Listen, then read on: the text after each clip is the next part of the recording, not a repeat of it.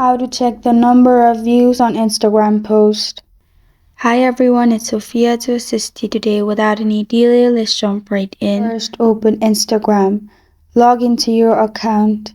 Then click on your post. Go to your profile and then click on the post you want to view numbers of views. You'll find View Insights option. Click on it and in Overview you'll find views. I have 0 views right now.